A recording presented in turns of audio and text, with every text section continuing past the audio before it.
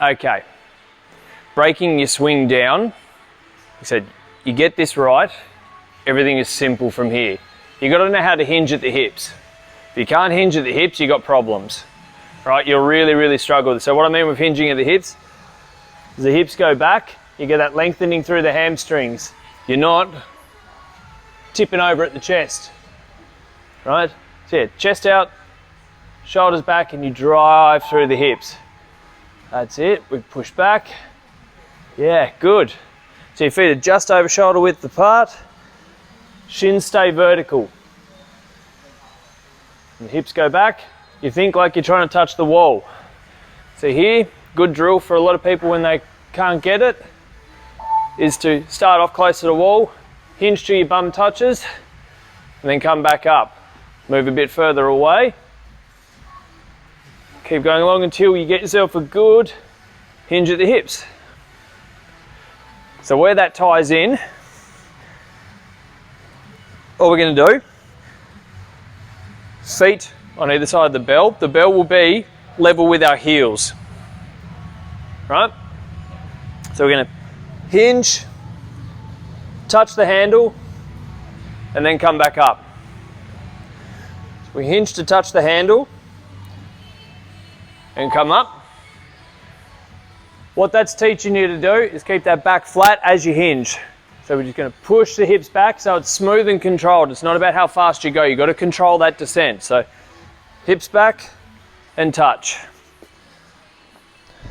So again, hips back and touch. Back is nice and flat. Head's facing down to the ground, because when I stand, it's looking forward.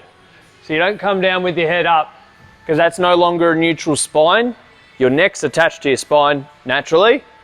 And when your head's up, it puts a lot of compressive load up in there. So now, when you're comfortable doing that, you come down, grab hold, drive up tall.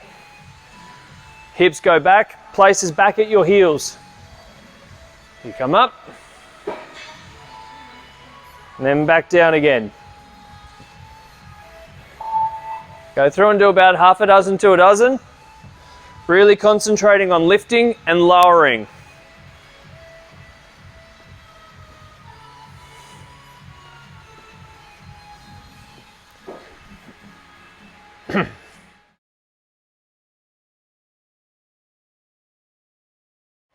But now that you've mastered that part, it's now to actually show you how to kick off the bell correctly. Because a lot of people do this, they'll come along, pick it up, and then start swinging. Don't ever want to see that. It's bad for your back. So where bells get a bad rap, number one, incorrect start. Has everyone ever seen gridiron before? Where they all line up, they've got the ball and they throw it through to the receiver out the back? No? So, yep, cool, all right. That's essentially what we're going to try and do here. So if I turn that side on, you start again with the bell at your heels.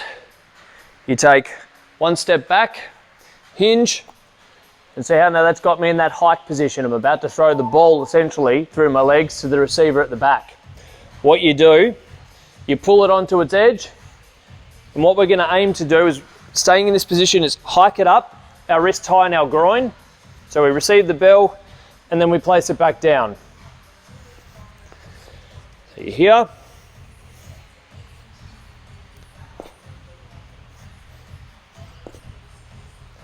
This is all I want to see you do for the moment. Stay in that hinge position, nice flat back, hike, and back down. When you finish, stand up tall, finish the hip hinge out. That's important too.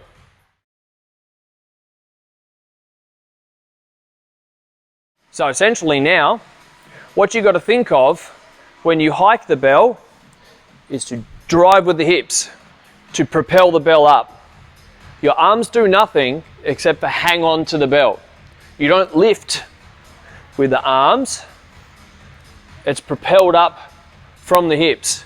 Have you seen the movie Legally Blonde? Bend and snap.